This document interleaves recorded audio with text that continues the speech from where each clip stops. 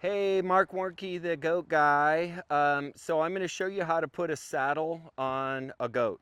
I am consistently seeing poor saddle positioning on people's pictures and videos, and we have an entire saddle fit process that we show you on the How to Run Pack Goats course, but saddle fit is so critical. So please remember, educate yourself on all facets of running pack goats. The education that you'll get on our courses is worth its weight in gold. We have two to help pack goat people. One is the in-person course. It's like 10 hours of footage and it's super in-depth where I'm teaching a course here on the grounds. And then we have another one where I just shot a course showing you Pack Goat 101. You will know everything you need to know in watching on that course. It's probably 2 or 3 hours of video and content showing you every facet from how to hunt with pack goats to how to put a saddle on and blah, blah, blah. Everything that you need to know. So I'm going to show you guys saddle fit because again, I'm seeing a lot of new people doing pack goats and I'm consistently seeing people put their saddles on wrong and it ends up hurting the goat and creating damage and soreness and all kinds of different things. The other critical thing is that you have a good fitting saddle. We have the only fully adjustable custom fit saddle with the proper design out there. If you don't get my saddle, get the Sopris. It's the #2. Everybody else in the market lines up behind those two. The Sopris has a good design. The problem is because it's a soft saddle design, you need an enormous amount of cinch pressure to keep that saddle from spinning. It's the only reason I didn't go with that type of design. But now that you're able to move this saddle and fit it custom, you can get proper saddle fit and you can get a goat that stays in great shape. This guy's had a whole season. So Timber's had a whole season of packing. He doesn't have any bald spots here. He doesn't have any bald spots here. He doesn't have any saddle sores. He doesn't have any white fur. This is a goat that's now 9 years old, been packing his whole life. Everything looks amazing. So it's just testimonial to a really good saddle fit. And I'm going to show you how to put one on. So first we always start, let's move Timber here. Whoa. So by the way, when you're trying to teach a goat to stand steady when you're putting a saddle on, it's always just a reminder with whoa, whoa. And as soon as they move again, we got a lot of flies right now, so he's trying to keep the flies on himself. If he moves, I'll say whoa and remind him again. So we're gonna always start just with putting the saddle on, and I put the britch in towards the back. So I'm gonna start with the cinch. Now this is where I'm seeing people putting saddles on poorly. This is his shoulder blade. It glides and moves. You cannot put a saddle over the top of the shoulder blade. There's actually a saddle out there that was built to try to have a pocket to provide space for the shoulder blade, and it doesn't. That saddle chewed the heck out of my goats. In fact, that saddle was my last attempt to try to get something to work in the market, and I said, I'm not gonna keep messing with it, I'm just gonna make my own.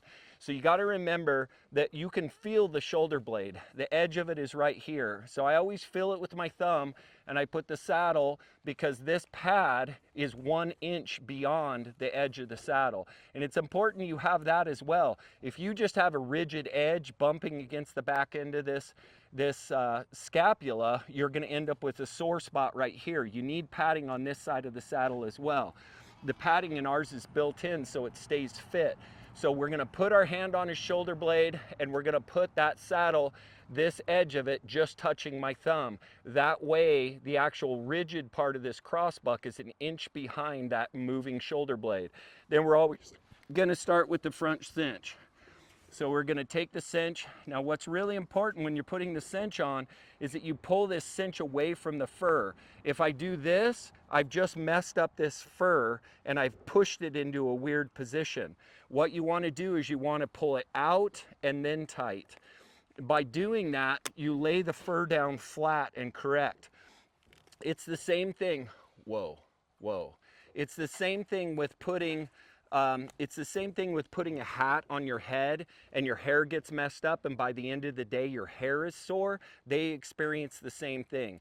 So you want to make sure when you're putting this cinch on, you want to pull that cinch away from their body and let it lay down flat, then put it in, which is another reason we did this dual cinch type design rather than a direct click through, because it allows you to, whoa, it allows you to pull the cinch away as you're putting it up. Then we're gonna do the back cinch. I know these flies are bad, huh, Timber? And the back cinch is 60% of the front cinch. We're gonna do the same thing. I'm gonna pull it away, and then I capture that here, and then create just a little bit of tension. So now the cinch is right. I wanna easily be able to put on a properly fitted saddle, easily put 4 fingers in there. It doesn't have to be all tight with proper fit. Now, if you have a more poorly sitting saddle, a rigid crossbuck, or those sorts of things, you're gonna need a little bit more cinch pressure to hold that into position. But this saddle with the custom fit, you don't need a lot of cinch pressure. And then remember, you want the back one to be more loose. And so I'm actually a little tight back here. Now you can see that the skin is not drawn up. I'm seeing people put these cinches so tight that that cinch is clear up, and it's compressing their breastbone up in, and that's way, way, way too tight. It'd be like you and me walking around with a big, heavy 50-pound weight on our chest trying to breathe and do what they need to do in the backcountry. You do not want a ton of cinch pressure. You want to keep them comfortable. So when I see those saddles that are fitted where their skin is dented in upwards, you just have your cinch too tight. So don't have your cinch too tight. Then if we move on to the britchin, we want the britchin, what I always tell people that are new, I want this snug but not tight. So remember, this is only here to keep that saddle from coming forward when they're going downhill. So when the saddle moves forward, it creates tension and holds it in place. But you don't want that cinch all buried in there. You just want it in position. I had this on another goat. Let me just get these right. And you want a nice smooth surface here. When you put a pad on the back, that pad rubs back and forth, and it'll create a bald spot on the crest of their rump. So you just want it to be sitting on here. The only reason this is here is to keep the britchin from falling, but that's way too tight. See how tight that is? It's sinking in the skin. You just want it snug, but not tight. So that's snug. Okay, see that?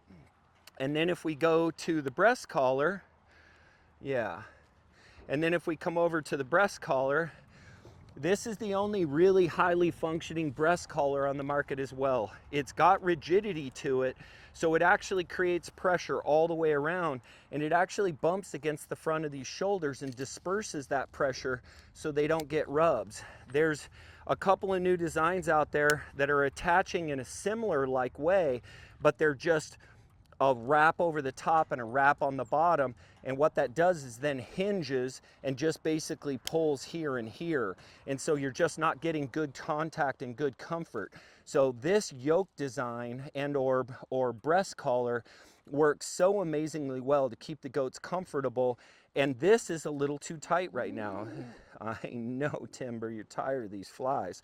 So I want this again just snug, not tight, and so when it pulls back, it has tension, but it's still kind of just snug, but not tight. So that is how you fit a saddle. Now, one last component, if you'll come over here, Shea, one last component I forgot to talk to you about. When you have a properly fitting saddle with a proper front cinch location, it needs to be one hand behind the front shoulder. So one hand, and this one just naturally lines out in the proper position. I'm seeing these cinches come clear back here, and this is their belly. This is their breastbone.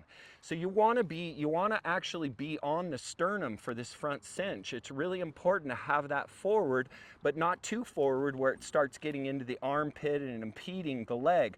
But I'm seeing a lot of people mounting cinches clear back here, because what happens is the cinch point on almost all saddles is back here, and you can see that natural point. So if you have one of those saddles with improper cinch position, you're actually going to have to try to angle it forward to get it up here.